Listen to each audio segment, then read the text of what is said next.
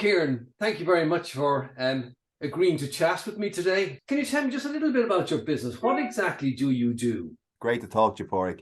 My business is really around three kind of pillars. One is I help leaders develop their leadership skills with a view to creating greater employee well-being, greater engagement and improvement around the whole people end of things. And I use emotional intelligent coaching to help me do that.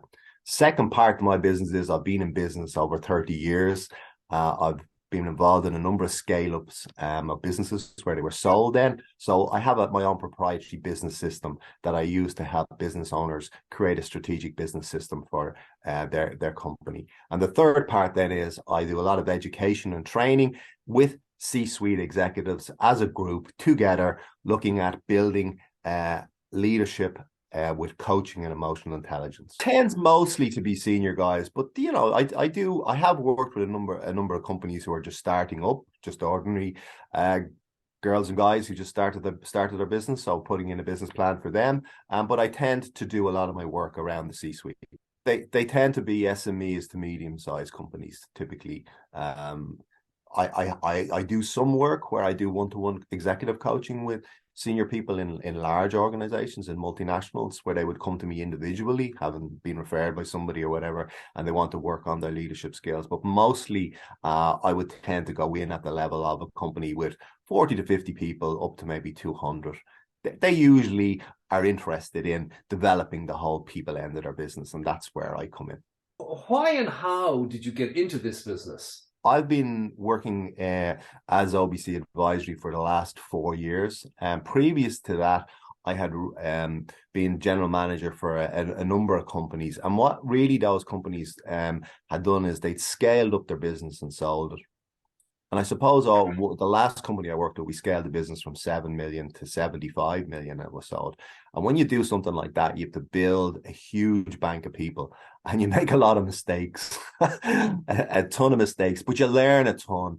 And I was always really interested in the people end of it. And the business end that we were in that company, it was difficult to get staff in that particular industry that we were in. It was in the hospitality retail industry. So I had to make sure that we had a real good training system, that we could identify people who might be getting snapped up by the bigger companies, the KPMGs, that might go straight out of college into KPMG or graduate programs in Vodafone, etc. We were trying to get some of those people into our company, and then maybe even people who were in the company who had no third level education, tried to get them a third level education, identify talent and bring them through. And that was my passion. I loved doing that. I loved coaching and working with people. My passion is helping them understand themselves a bit more sometimes, and also understanding their team, because they're working with partners, other directors, other strategic people in their business, even sometimes suppliers or whatever like that. And they're having people problems. They're having challenging problems. Yeah. They can't either understand why somebody behaves that way, or they can't, as you say, build that team together. And what I like to do is to give them the science behind that. So tell me, how do you use TTI tools? I think probably the one word that I put on is awareness. You can't really tackle any challenge in life, any goal, unless you're aware of the circumstances around that thing. I have a friend who runs a lot, marathons and whatever like that. And there's a whole team of people that she's engaged with around the science of it, looking at her body, how she's, the food she eats, how she trains, what are the injuries that she tends to pick up that she needs to watch.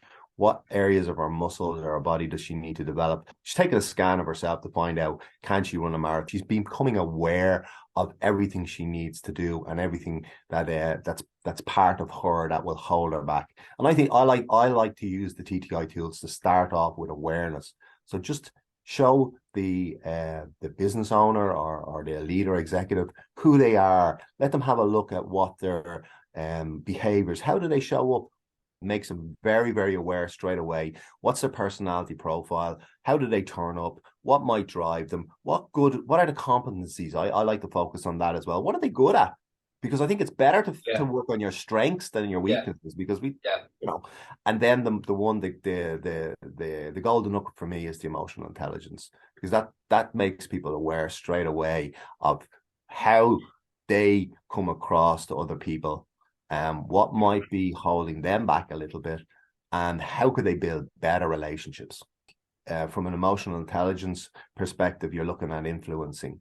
Like how do you influence the people that you work with?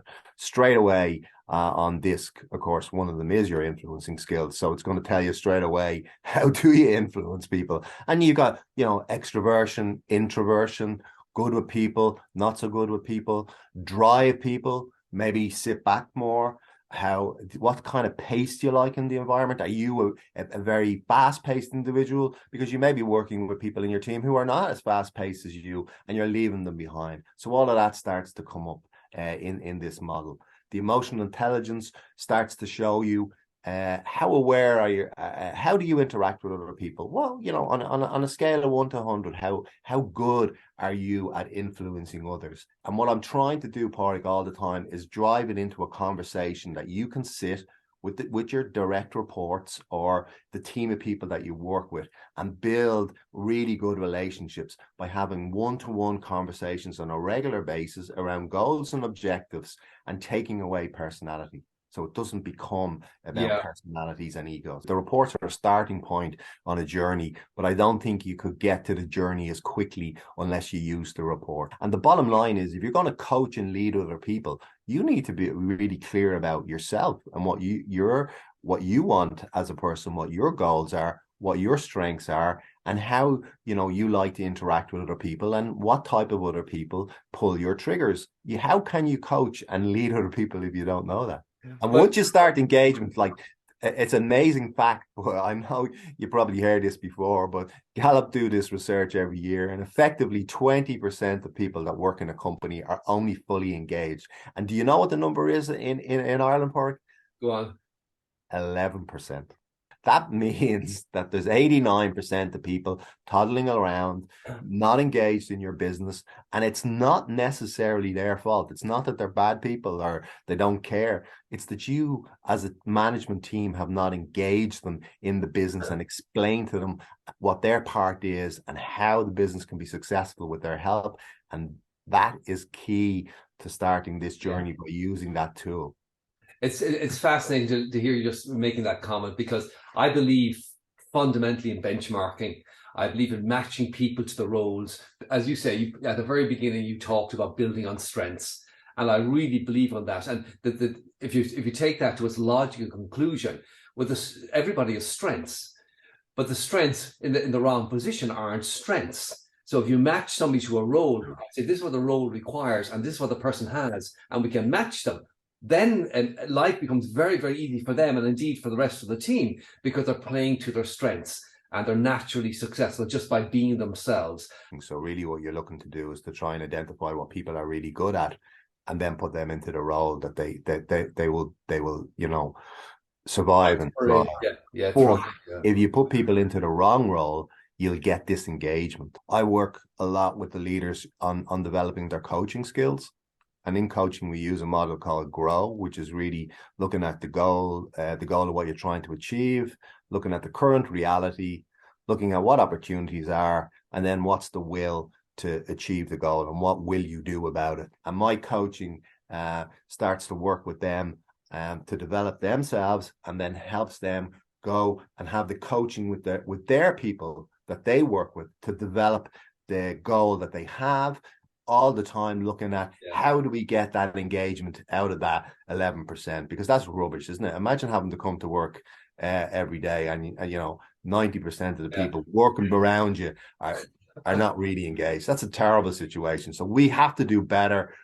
Great resignation, quiet quitting, all of those problems. You want somebody to coach you into your best, maximize your potential. Maximize your potential. Somebody who cares about you, somebody who wants to help you and wants to bring you forward in your career. That's what the future manager looks like, not planning, organizing, directing, and controlling. I really, really appreciate you talking to me here, and that was fascinating to listen to. And I wish you and your business the greatest of success. Brilliant. Thanks, Pádraig.